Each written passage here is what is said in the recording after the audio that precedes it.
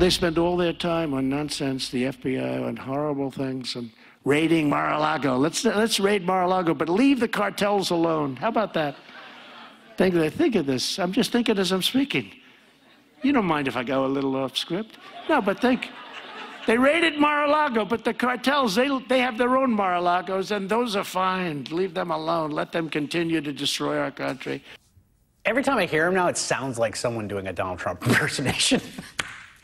It has been, 2 months since Donald Trump's retirement home was searched by the FBI. And since then, we just keep learning more about just how involved the ex-president was in not just keeping the highly classified documents he took from the White House in his possession, but how he actually personally interacted with them on multiple occasions.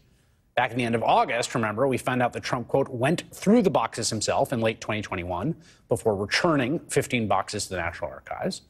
About a week later, federal prosecutors revealed in a court filing that when agents searched Trump's office, they found, quote, a desk drawer that contained classified documents and governmental records commingled with other documents, including the ex-president's passports, one of the most personal items that anyone owns.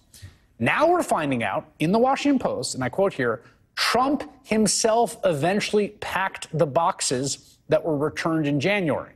So after he went through the boxes, familiarized himself with the contents, he packed and sent some of them back to the archives and kept the others at his home. Joining me now is Danya Perry, former federal prosecutor and New York State Deputy Attorney General. Danya, it has always been a question in terms of the president's criminal exposure, how much he did this and whether he did it knowingly. Those are two of the main issues. The latest reporting has him going through the boxes, packing them themselves, and presumably retaining the stuff that the FBI ends up finding when they search the place. That doesn't seem great for his defense that it wasn't him. It doesn't seem great. We've heard some circumstantial evidence in the reporting that the former president was aware that he was involved in some of the meetings about this, and that some of the documents in question were interspersed with his personal documents. But this, of course, would be direct evidence that he knew that there remained classified documents at Mar-a-Lago, and that he knowingly and intentionally concealed them and withheld them. And then, according to this new report, instructed one of his lawyers to lie on his behalf. So it goes both to his intention and potentially also to obstruction of justice. Okay, this is serious. Yeah, you just mentioned the next detail I wanted to do. What might be the craziest detail here. This is from the Washington Post reporting. Trump's lawyer refused his request in February to say all documents returned. I quote from the piece here. Trump asked one of his lawyers to tell the National Archives and Record Administration in early 2022 that Trump had returned all materials requested by the agency, but the lawyer declined because he was not sure the statement was true, according to people familiar with the matter. The lawyer told others he was not sure if other documents were still at the club and would be uncomfortable making such a claim. Smart lawyer, but again, a bad fact, as they say in the law, for President Trump. A bad fact. This lawyer, according to the reporting, was an old, stalwart. He worked at the Trump organization. He had worked on the campaign, and he, according to this reporting, drew a line.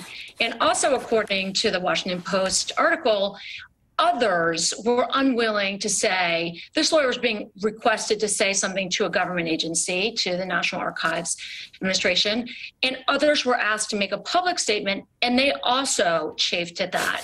So it looks like there are a lot more witnesses than we at least were aware of. Presumably the Department of Justice is aware. They haven't already spoken with them. They are by now.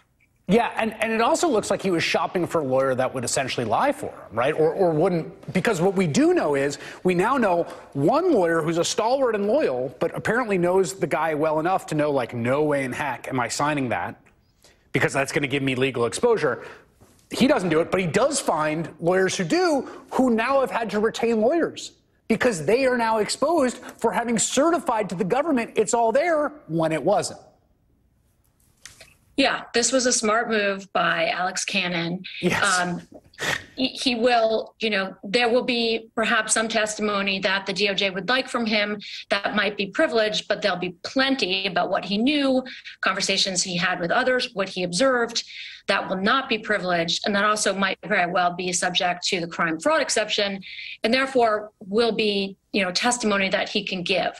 So you're right. It stands in contrast to other lawyers who we've heard about who have, signed attestations that he was apparently unwilling to do. So the question is, what did Alex Cannon know? When did he know it? What conversations did he have? Those will all be of great interest to the Department of Justice. Little informal legal tip from me is never sign a document that says Donald Trump is telling the truth. Not a good thing to do. Good tip. Danya Perry, thank you so much for coming on. Appreciate it. Yes.